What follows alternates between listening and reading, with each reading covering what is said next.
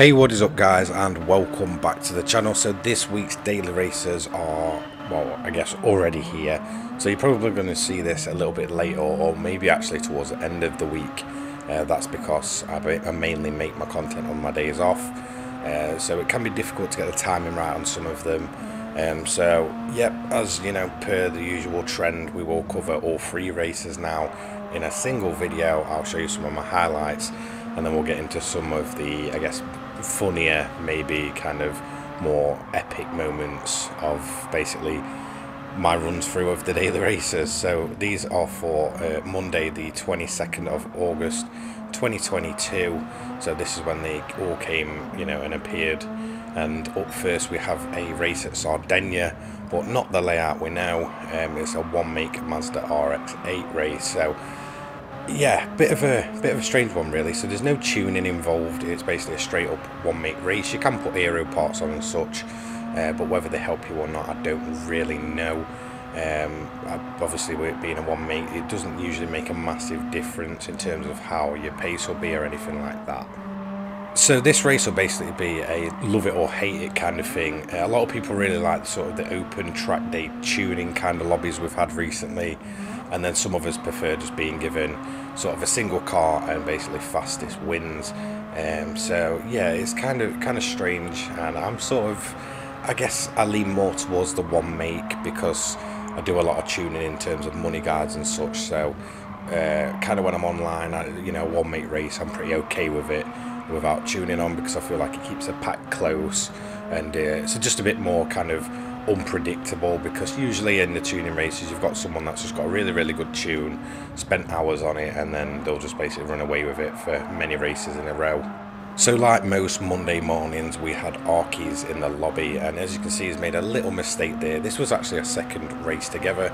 The first one, I basically got to the last lap, got fed up, and decided that throwing the back end of the Mazda out would be absolutely hilarious, and basically just messed about, which I know we shouldn't really do, but honestly, it was just a race from hell for me. So I went again, wanted to get some basically higher quality gameplay, and I guess I succeeded in that way. It wasn't too much of a bad race, it was just kind of not much happening.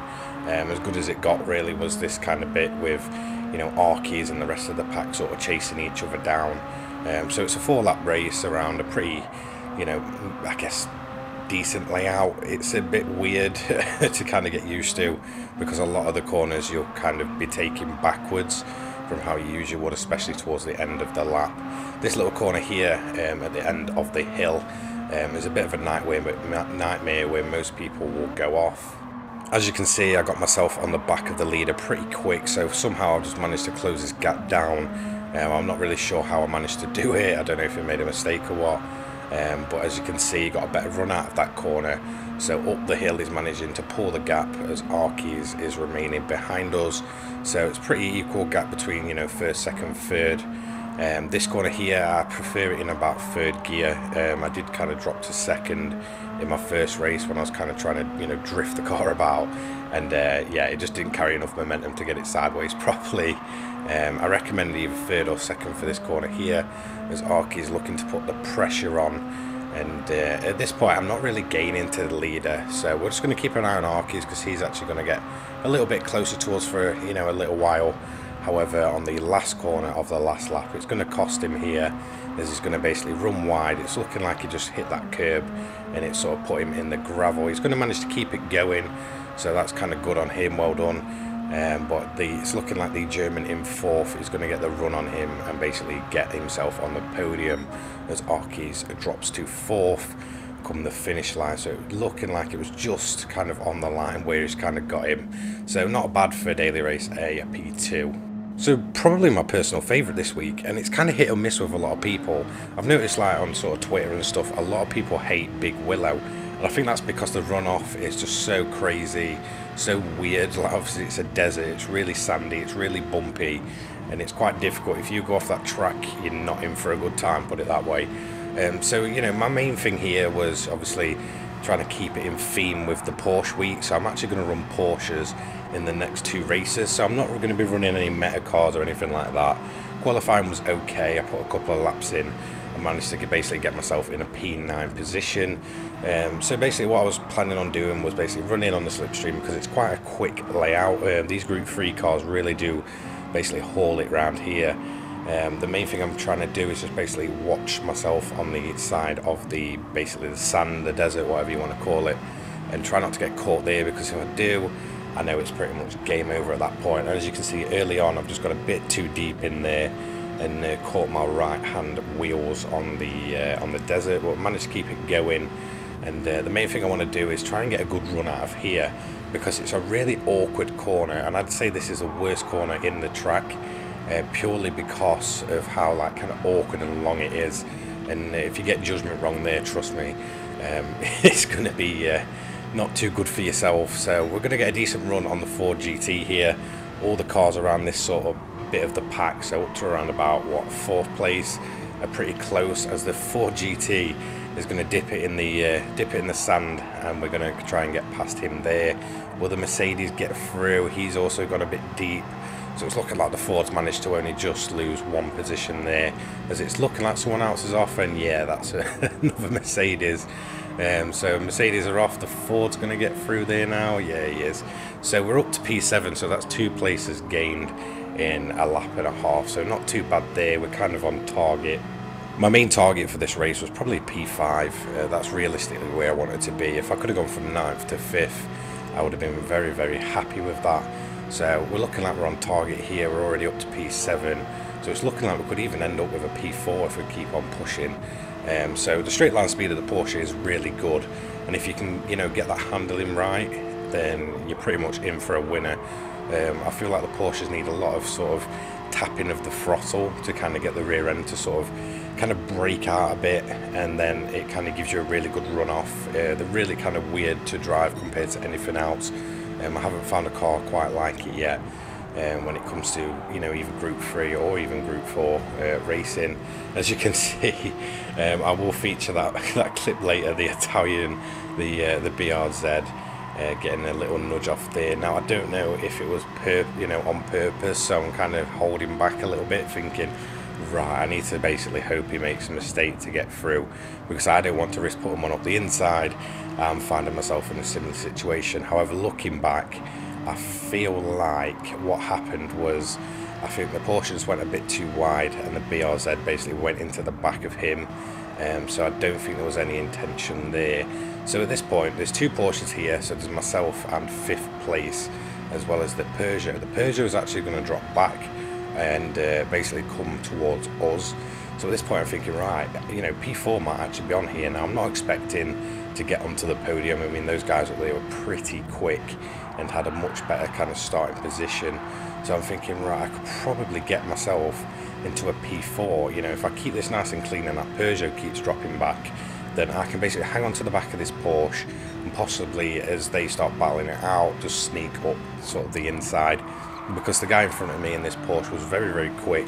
However, you can see he's going to make a slight mistake on lap 5, and I can't quite, you know, take advantage of that.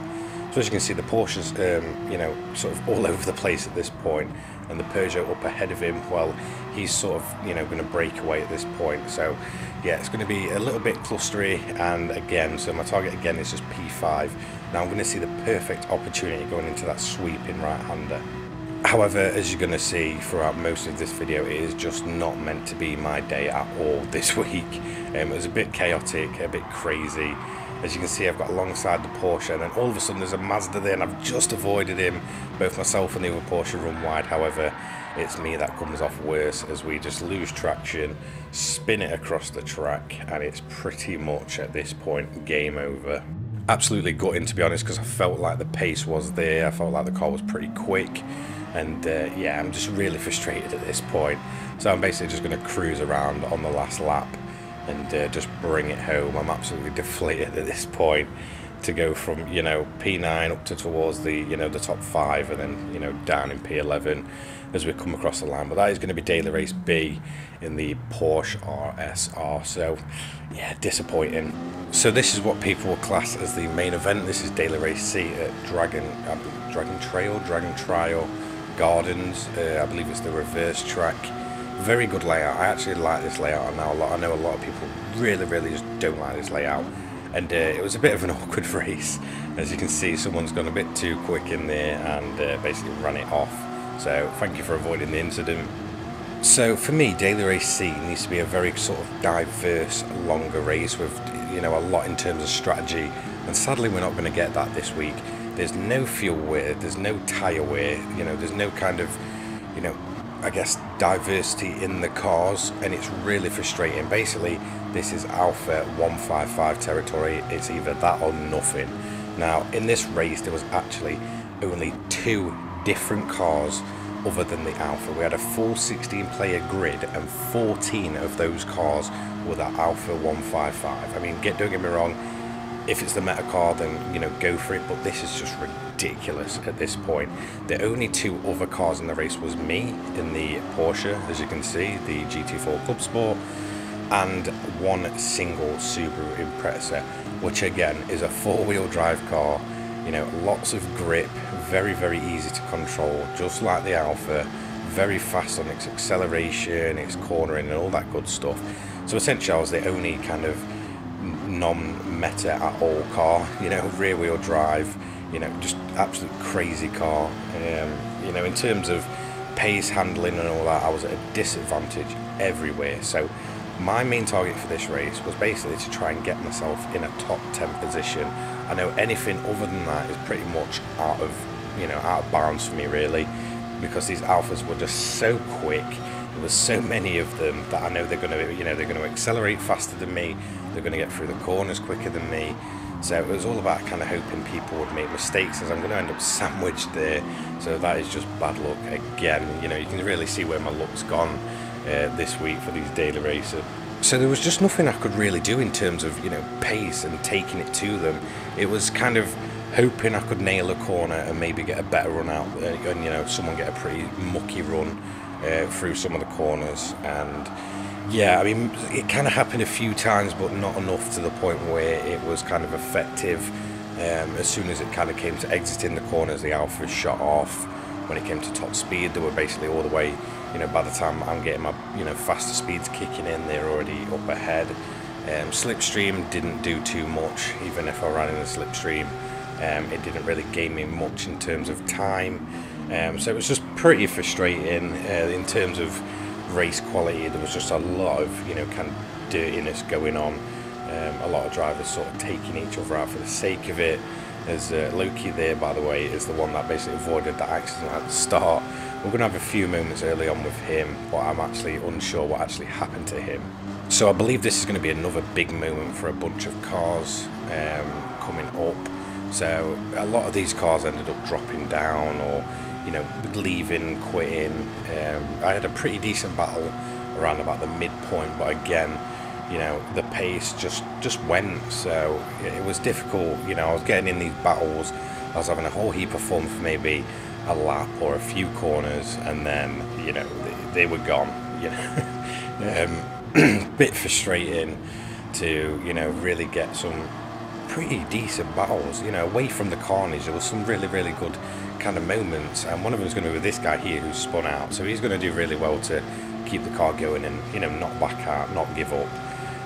So the Italian there is going to catch me later on. Obviously the raw pace of the Alfa is just incredible around here, so he's going to catch me later on, and we're actually going to have a decent, you know, few laps battle with him. However, you know, there was no way I was kind of hanging on for too long, as we make a mistake there, and I thought it was almost game over. As Loki again has to basically avoid me, so I'm pretty sorry there. As up ahead, this is what I mean. So these group of guys were just, yeah, just some of the worst of the worst. I mean, someone called out that Will for his dirty driving, but to be honest, he seemed to be the cleanest of the bunch in terms of sort of, you know, where to do overtakes and such. So yeah, Loki basically got us free wide there. Gazza's basically gone into the side of us.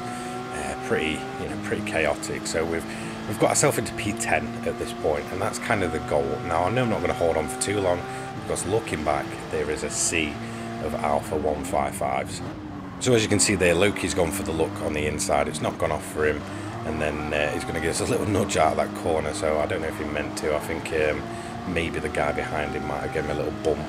as we get a decent run out of there, and we're basically wanting to do the majority of our overtakes here. So if I can hang with them out of that awkward sort of right left and I get a good run out of there, if I can keep in the slipstream, I know I'm going to basically, you know, work my way up really. So we're up to P9 here, so our car had a penalty there, so take advantage of what we can. Gazza's going to hold us up.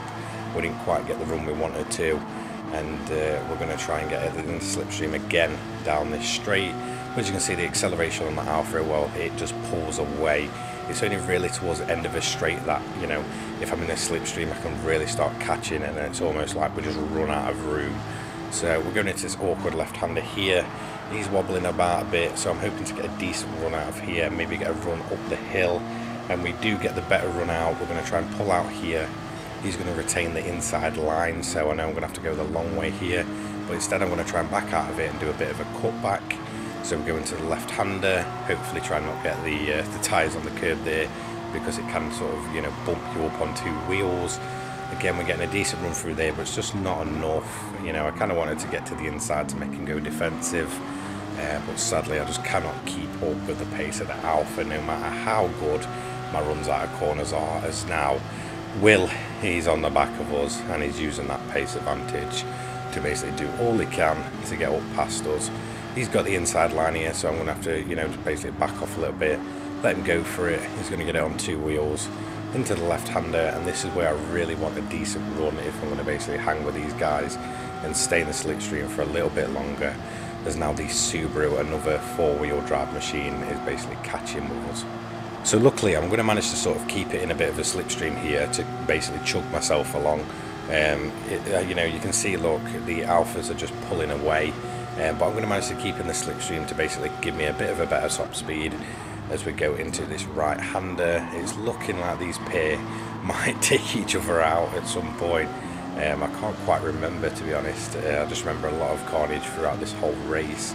As again, we've got the slipstream, but the Subaru is catching pretty quick. So we're basically in a train at this point with Gazza leading, Will, myself, the Subaru, and then it's looking like the Italian again in the Alfa, as we get a nice bump from the Subaru, who, if you remember rightly, has already served a 5-second penalty for the same kind of thing. So yeah, nice one. So we're going to keep it on the inside here and basically make him go around. He's going to get the cutback, and then we're back on the inside line here. He's going to sort of, you know, push us to the inside. We're going to keep it going. There's Gazza looking like he runs wide there. We're going to get another bump off the Subaru. That's going to put us on the grass, and now we've lost 2 positions there. So yeah, pretty frustrating at this point, because I know I haven't got the pace to get back on them. So we are back down in P12.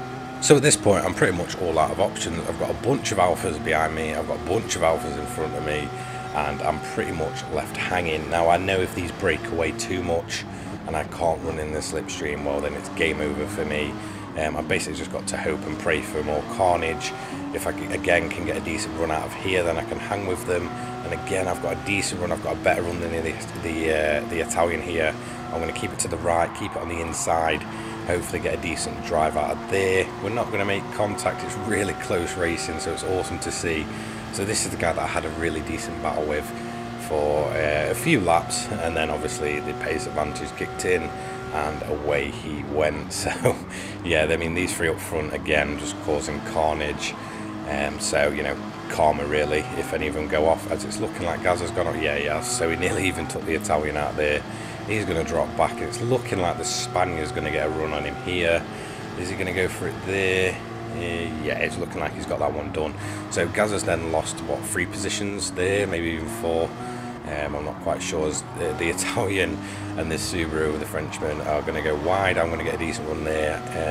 You know, accidentally have a bit of contact there with the Italian, so you know, I'm sorry for that. If you do end up watching this, you probably won't.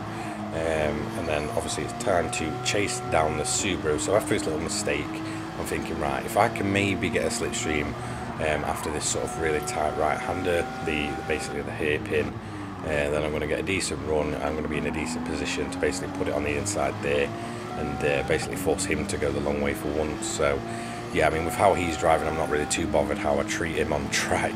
To be honest, I've seen him at the start get his penalty for, you know, just being a bit of a yeah, I can't really say what I want to say, but you know, and then obviously having the contact with me, so I'm not too bothered how you treat me. If you start being, you know, really sort of like that on track, then, you know, you can't complain when stuff happens to you. That's the way I see it. It's a bit of karma. However, we just couldn't keep up with the Subaru, and again, as you can see, the Italian has managed to get past us. So this is where I'm going to have a decent bit of a battle with him. He's gone a little bit wide there. We're going to get the better run out, and I'm hoping I can try and get it on the inside up the hill and basically ask him to go the long way around. Sadly not, we're not going to have the pace to basically out drag him up there. So we're going to basically hang on to the back of him, and he's going to clip the curb there. And we're going to have a decent battle here, so I'm thinking, right, well, how am I going to make this overtake? I've got the better run, I'm going to put it on the inside, and hopefully, you know, he'll go wide. He manages to keep it clean, and again, we're going to go side by side, but I haven't got the pace out of the corner to make the move stick. So now I'm just trying to hold on in his slipstream as we go up into the really awkward right and left, and then you obviously have that big right-hander. Now if I can keep it clean on the right-hander out, then I can get a decent run, stay in the slipstream, and maybe go for an overtake as we go into turn 1, which is obviously the big looping sort of right-hander. It's almost square, to be honest, but obviously it kind of loops around with the line you should realistically take. So we've got a decent run out there. We're basically going to hang onto the back of him. He's going to run a bit wide. He's going to get himself on the grass. It's looking like he's going to hit the barrier, and he just keeps it going. So well done to him for basically keeping the car going. We're going to get the overtake done there. But I know it's only a bit of time before the pace of the Alfa kicks in. We're going to basically cut him off a little bit there and maintain a P9. So I'm well within my target position at this point of the race. Sadly, the pace, well, it was there. The Alfa's basically got a slipstream. I'm going to ask him to go wide, but he's going to manage to just keep it there and get the better run out of the corner. And it's not going to be long before you're going to see he's going to pull out of the slipstream, he's going to get alongside me, and he's going to get it done before that really awkward left-hander that goes on forever.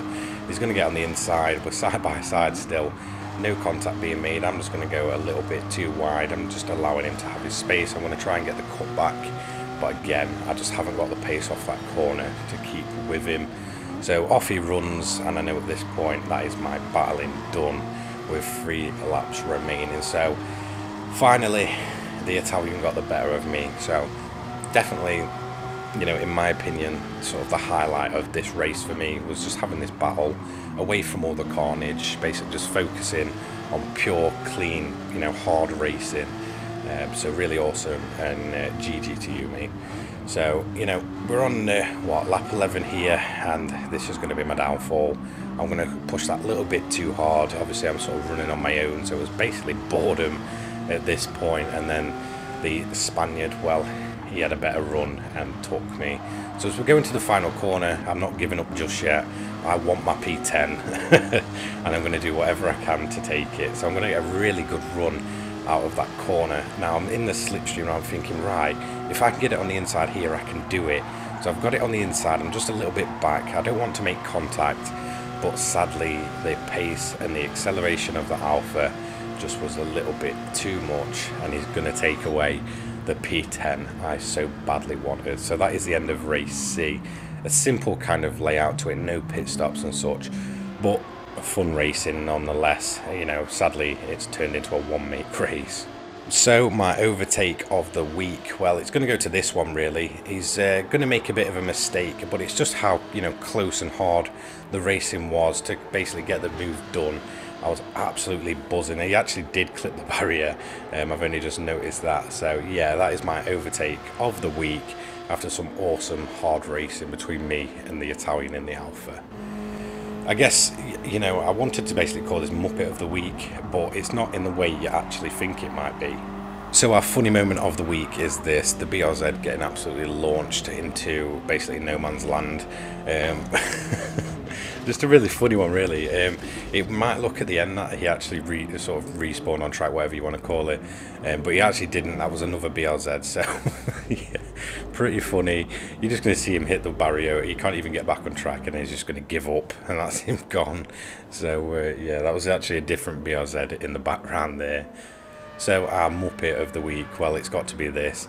We've got the Portuguese basically losing himself the race. So from first place, and it's actually going to be the catalyst for my accident. He was leading for the whole time, almost on the last lap, and he, yeah, just gets that snap, and sadly, game over for him. He lost the win, so that must have been absolutely gutting for him. And finally, our onboard of the week is from myself, and it's basically my accident. So I'm in a close battle, and then Mazda out of nowhere, we're going to hit the desert, and that is going to be my race gone. So yeah, pretty frustrating, but it made for a great bit of onboard footage there. So yeah, there's our highlights of the week. Thank you so much for joining me in these daily races for the week. Shout out to channel member Ticketbait. You know, he's our first channel member. Channel memberships are up for $2.99 a month, so if you want your tunes featured earlier than anyone else, feel free to join and put in as many as you want. Donation links there in the description, so if you want to donate to the channel, it all goes back into my content and my channel. Feel free to do so. Don't forget to like and subscribe, turn on the notifications. And yeah, just a big thank you to everyone for the, you know, the continued support throughout Gran Turismo 7. I hope we can just keep doing this because I find it hilarious, and I'm really enjoying what I'm kind of doing and the niche that I'm in YouTube. So yeah, big shout out to everyone. I'll see you all later, guys. Cheers. Peace.